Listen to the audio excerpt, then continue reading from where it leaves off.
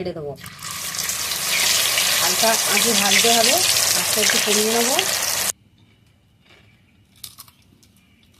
আওয়াজ শুনতে পাচ্ছ কি জানি না বন্ধুরা, খুব সুন্দর হয়েছে। পুরো আলুটা কিন্তু পুরো মুচমুচে হয়ে গেছে। নমস্কার বন্ধুরা, মৌমির চ্যানেলে তোমাদের সবাইকে স্বাগত। চলে এসেছি আর একটা নতুন রেসিপি নিয়ে, নতুন ভিডিও নিয়ে। আজকে বানাবো একদম ঘরোয়া পদ্ধতিতে সহজ উপায়ে পটেটো স্প্রিং রোল। একদম নতুন পদ্ধতিতে দেখাবো বন্ধুরা, তো ভিডিওটা স্কিপ না করে পুরোটা দেখতে থেকো। পটেটো স্প্রিং রোল বানানোর জন্য আমি এখানে কয়েকটা ছোট ছোট এরকম সাইজের আলু নিয়ে নিয়েছি। আলুগুলোকে কিন্তু ছাড়িয়ে নিচ্ছি, না ছাড়ালেও চলবে, কিন্তু আমি ছাড়িয়ে নিচ্ছি। ছাড়িয়ে একদম পাতলা পাতলা করে গোল গোল করে কেটে নেব। যতটা পারবো একদম পাতলা করে কাটবো।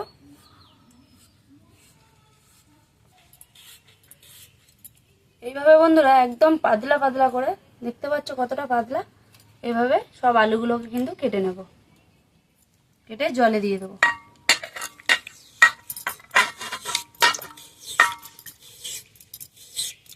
তো আলুগুলো কেটে নিয়েছে, আর আমি এখানে কাঠি নিয়ে নিয়েছি। আলুগুলো এইভাবে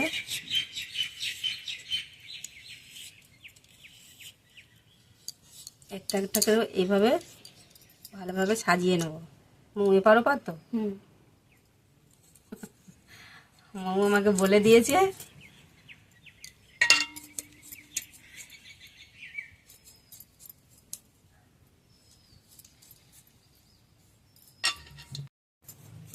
তো আলুগুলো এইভাবে কাঠির মধ্যে গেঁথে নেবো, সুন্দরভাবে সাজিয়ে।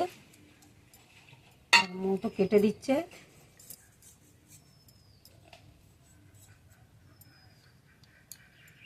এইভাবে কাঠির মধ্যে গেঁথে নিয়েছি।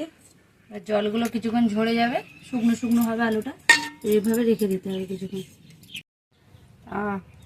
আলুগুলো কাঠির মধ্যে এরমভাবে গুঁজে নিয়েছি, অনেক কটাই হয়েছে। একটা, দুটো, তিনটে, চারটে, পাঁচটা, ছটা, সাতটা, আর এখানে এখনো দুটো হবে। মোটামুটি 10টা মতো হয়েছে। আর মোমোদিকে ব্যাটারটা গুলে নেবে। তো পটেটো স্প্রিং রোলের জন্য আমি ব্যাটারটা করে নেবো। এখানে আমি কর্নফ্লাওয়ার নিয়েছি।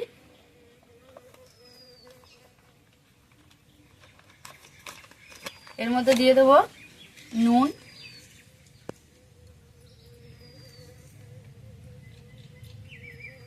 একটু হলুদ গুঁড়ো,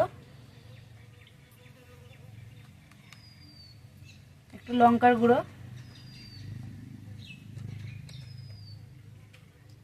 একটু ঝাল ঝাল হলে ভালো লাগে, একটু জিরে গুঁড়ো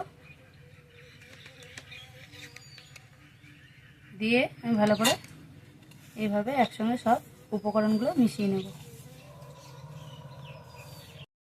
শেষে 1 চামচ চাট মশলা দিয়ে দেবো। এর মধ্যে কিন্তু এটা বাড়িতে বানানো চাট মশলা। এর মধ্যে গোটা ধনে, গোটা জিরে, শুকনো লঙ্কা সব কিছু দিয়ে চাট মশলা করা।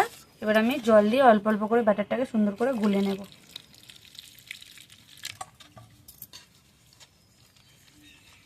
খুব পাতলাও নয়, আবার খুব গাঢ়ও নয়, এটা মোটামুটি মাঝারি থিকনেসের মতো ব্যাটারটা হবে। ব্যাটারটা সুন্দর করে গুলে নিয়েছি, আর থিকনেসটা দেখতেই পাচ্ছ বন্ধুরা।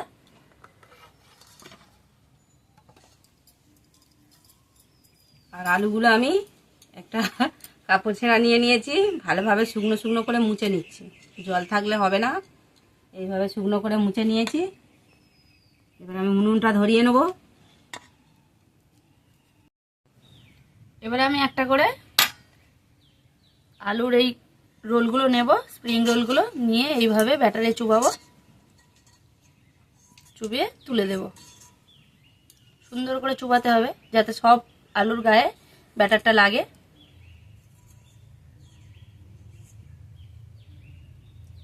এদিকে উনুনটা জেলে কড়া বসিয়ে দিয়েছি, কড়ার মধ্যে দিয়ে দিয়েছি তেল। তেলটা গরম হয়ে গেছে, আর আমি একটা একটা করে ছেড়ে দেবো। হালকা আঁচে ভাজতে হবে, আস্তে একটু কমিয়ে নেবো।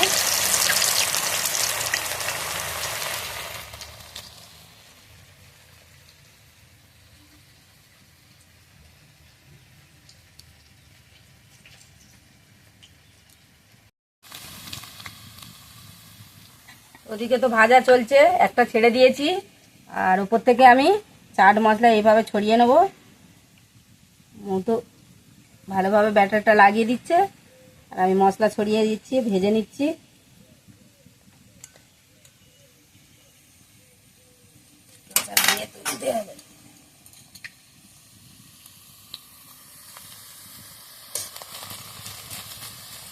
কত সুন্দর হচ্ছে বন্ধুরা, দেখো। এবার আমি তুলে নেব।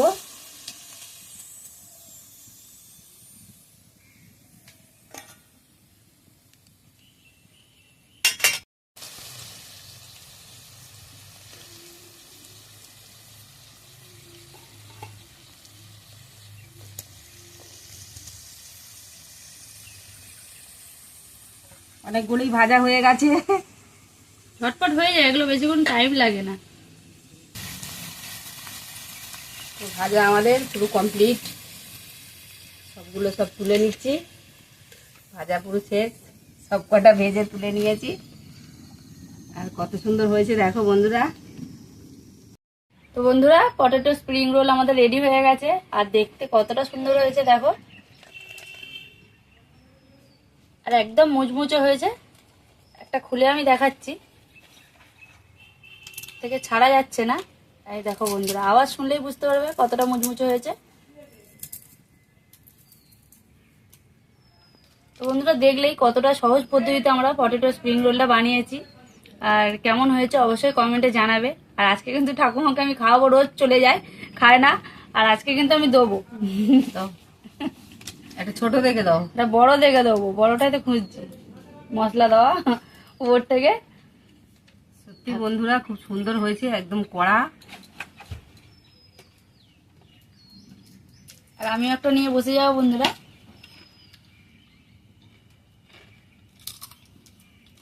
আওয়াজ শুনতে পাচ্ছ কি জানি না বন্ধুরা, খুব সুন্দর হয়েছে। পুরো আলুটা কিন্তু পুরো মুচমুচে হয়ে গেছে, একদম চিপসের মতো হয়ে গেছে। আর খেতেও কিন্তু বন্ধুরা অসাধারণ হয়েছে।